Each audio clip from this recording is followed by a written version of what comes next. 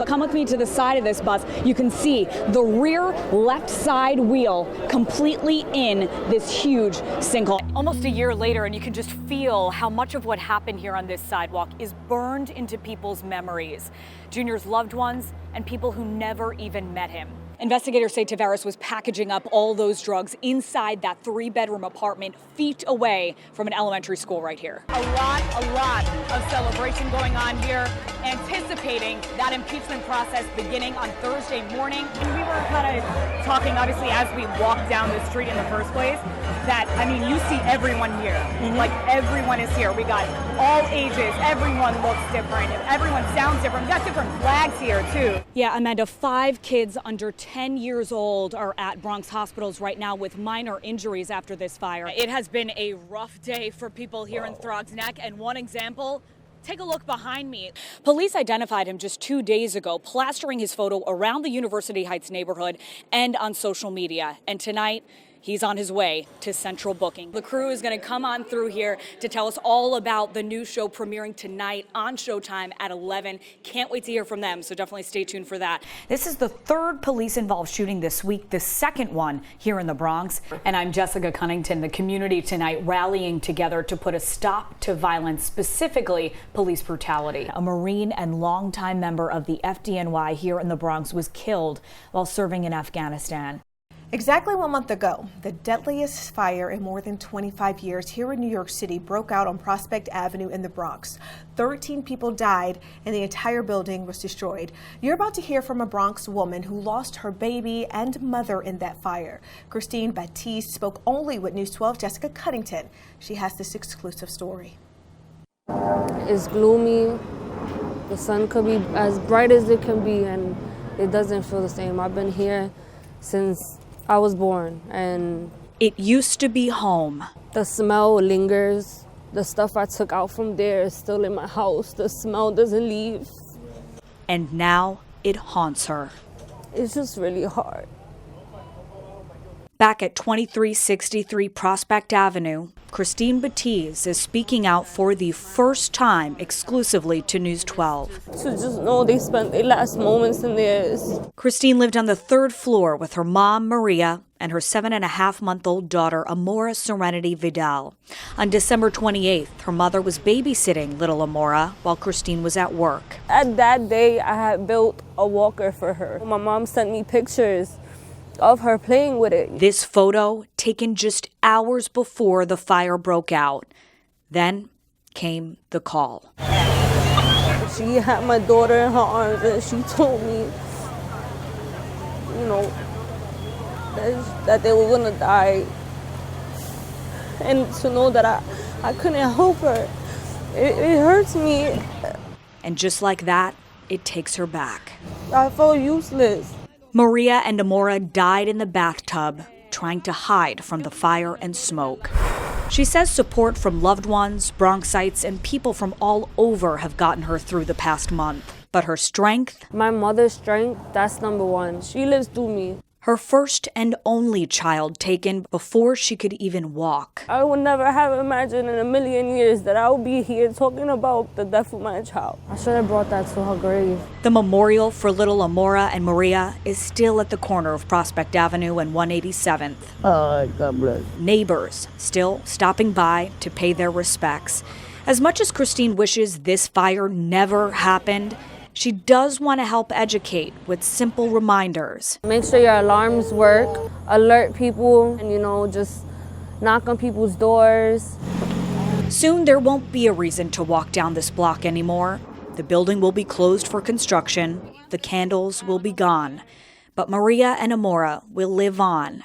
Never take anything for granted, because it can all be taken away in a matter of seconds. Most importantly, in Christine's heart.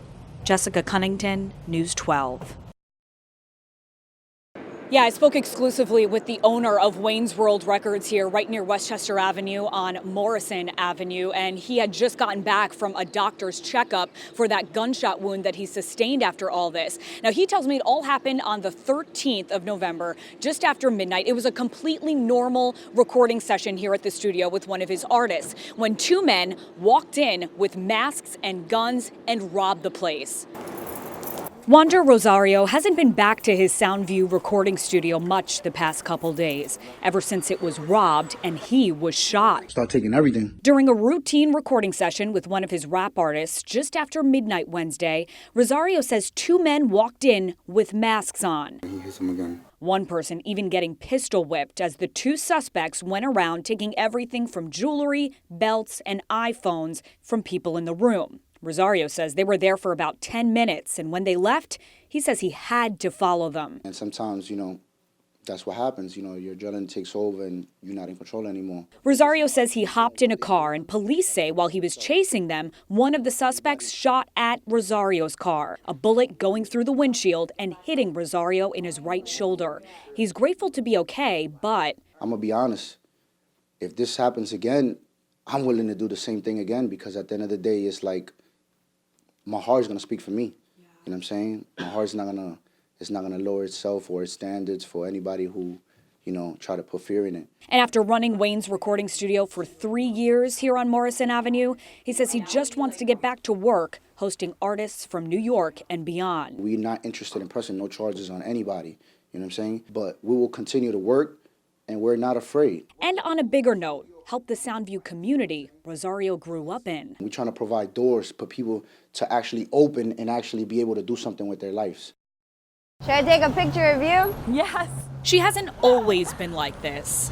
Glued to her camera. I'd be like, no, I don't want to be in the way of anybody. And now I'm like, excuse me, I have a photo to take, something to film. Last March, Ariana Rivera says she went to an event where she was inspired by so many young Bronx creatives. Oh, there you go. Which made her want to get out there more. And the more I did it, the more I gained confidence in myself, and the more I realized, like, okay, this camera can do a lot for the Bronx. You can do a lot for the Bronx. Documenting the change happening in the Bronx and the people who inspire her. I feel like everyone in the Bronx is just so beautiful. And it's like, you just have to know where to look. Almost exactly 1 year later, dreams already coming true. Rivera's looking up at her photos framed and hanging on the walls of the Boogie Down Grind Cafe for her first solo show. I feel like you see stories here. The curator at the Hunts Point coffee shop choosing Rivera to show her work in honor of Women's History Month. I'm fiery and opinionated because I'm a woman from the Bronx, like you have to walk around and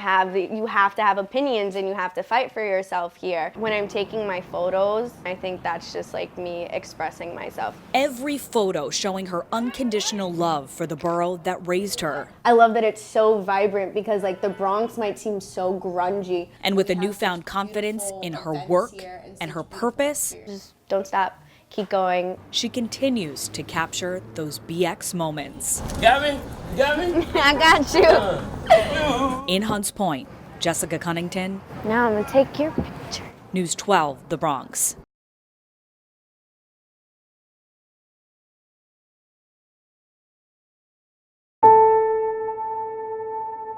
I feel like I'm always gonna feel like there's like something missing.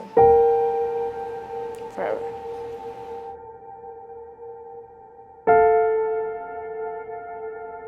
I miss every single thing. That was the worst day of my life, honestly. They were grown men. My brother was 15. I don't know what am I gonna do without him.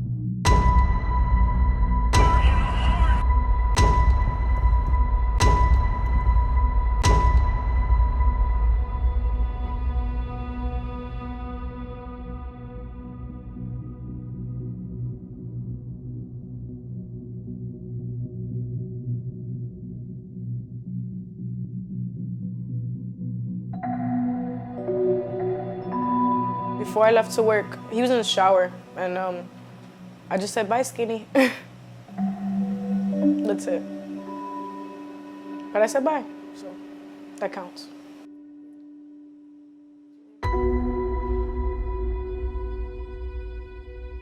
Before 10, I was already in bed, trying to sleep because I have to go to work the next day. That's when he went to my room and said, Mommy, Jason said he wanted $5. And I say, oh my God, by that time, Junior, it's too late. I say, no, Mommy, I go and give it to him. Say, did really you want to go? And he went to my purse, he opened my purse and grabbed the $10. And I let him go to bring it down the $5.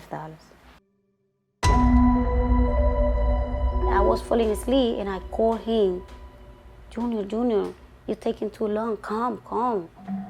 He answered to me, 10:32. I spoke with him over the phone, I heard normal voice, I don't hear nothing. I just say, come, please come. He said, yes, Mommy, I'm coming. I fall asleep.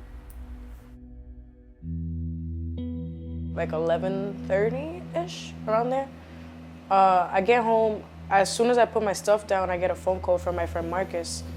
And he tells me, he's like, this happened. And I thought he was joking. Like, I was so mad at him. I was like, you better not be playing with me, because this is not a joke, it's not funny. But then I heard him crying, so I ran downstairs. They say, come. I heard the stabbing Junior. I didn't imagine what kind was happening. I did not imagine it's gonna be big like that.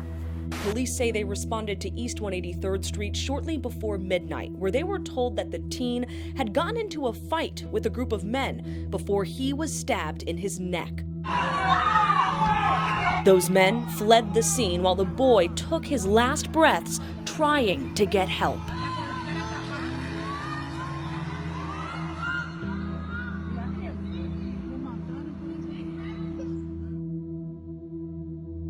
He ran to the hospital and only got to make it to the front of it.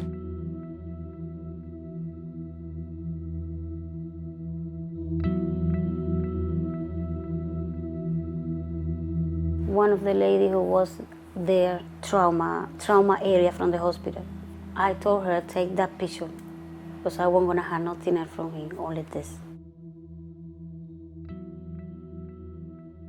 I kept trying to open his eyes, because I wanted him to wake up.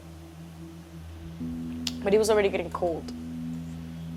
And I didn't know that they got cold so fast. It had only been like an hour. He was already getting cold. I just kissed his face and played with his hair.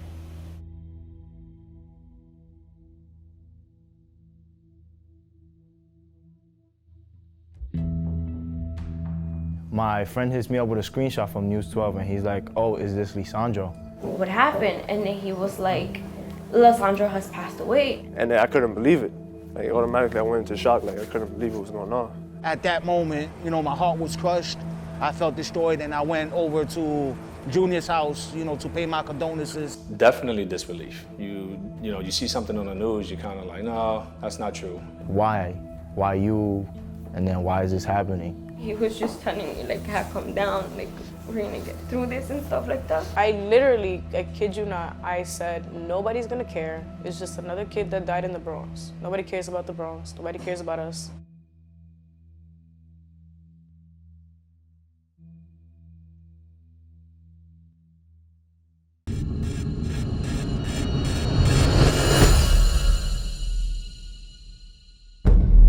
Every time I'd scroll down, I saw the video. Imagining. I don't have no word to say now. I don't know. That was so horrible. Although hard to watch, the images of these suspects repeatedly stabbing that young man is crystal clear. Now police and the victim's family are turning to the public to get these men behind bars. It was haunting. I just grabbed the phone, I saw it, and like I just, started crying, and I was just like, this can't be real, like this can't really be happening. The other camera and how he got stabbed and all that, and I couldn't like watch it no more. But I was so angry, I couldn't go to sleep that night. It was like too much.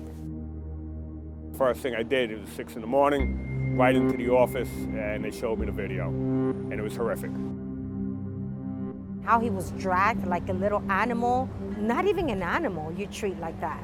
You know, this is a human being. I mean, how much hate and how much anger can you have? Never seen anything that bad. Never in my life, never. What killed me the most is when I was looking at his face and I saw how scared he looked. I'd never seen him look so scared in his life. It traumatized me. Like I couldn't sleep, and then every time I was trying to go to sleep, it would like pop up of how the blood and all that, yeah. And there was no one that was able to look at what happened, how this group dragged him out of there, how they each took turns sticking a knife in him, beating him, as he pleaded for his life. You know, even the most long-term detective upstairs, it felt it in his heart. It definitely shook me. I had goosebumps. Like, I don't know how to explain, but I just felt my heart break into pieces. You know, you hear about things every day, you see things in the newspaper, you see things in the news, but you never actually get to see firsthand, like somebody suffer like that.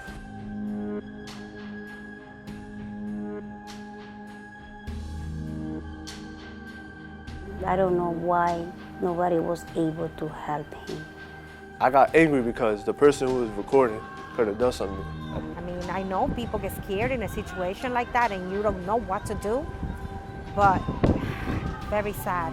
I can't blame them because honestly, nobody's ever seen anything like that. And especially for it to be somebody you know, somebody that you're close to, that you've known for years. I mean, I would freeze up. I wouldn't know what to do either. And I wished I was there in the moment so I could actually do something.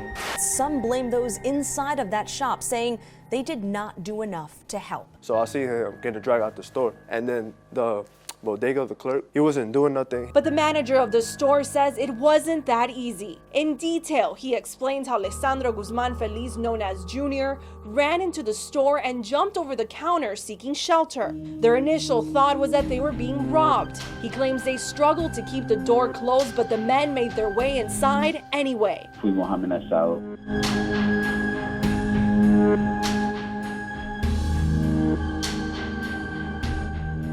Memorial now, though, does continue to grow. Katie, what's the latest?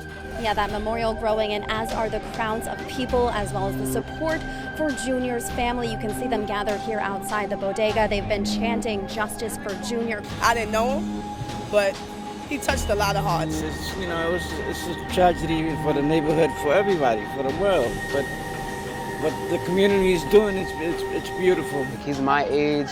We're both Dominican.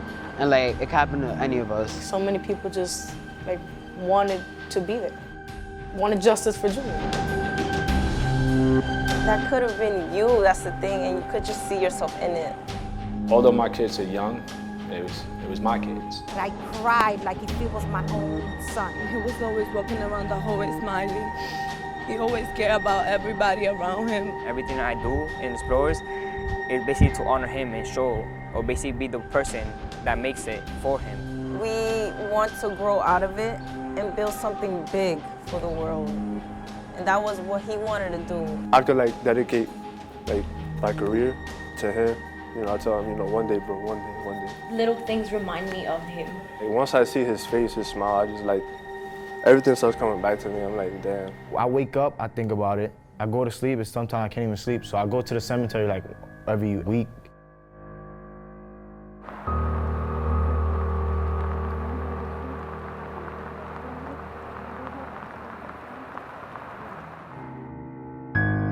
I feel like too much of the time, tragedy is the only thing that brings people together. And I want it to be the opposite of that. I want love to bring people together. Because the world does need more of that. Almost a year later, and you can just feel how much of what happened here on this sidewalk is burned into people's memories. Junior's loved ones and people who never even met him. Hours after Junior died, when this whole corner became his memorial, detectives over at the 48th Precinct got to work. And so did New Yorkers, calling in tip after tip as justice for Junior began. Not sleeping, running down every lead. identifying the people on those videos. Arrest after arrest. In less than a week, investigators have rounded up several men they believe are responsible. Junior Guzman is dead because of 14 separate individuals all did something that led to his death. And now a murder trial underway. Abuser, killer, murder! It was hard for me, you know? Where are we now, 1 year later? Next on Justice for Junior, more than a murder. He was a baby. They killed my son.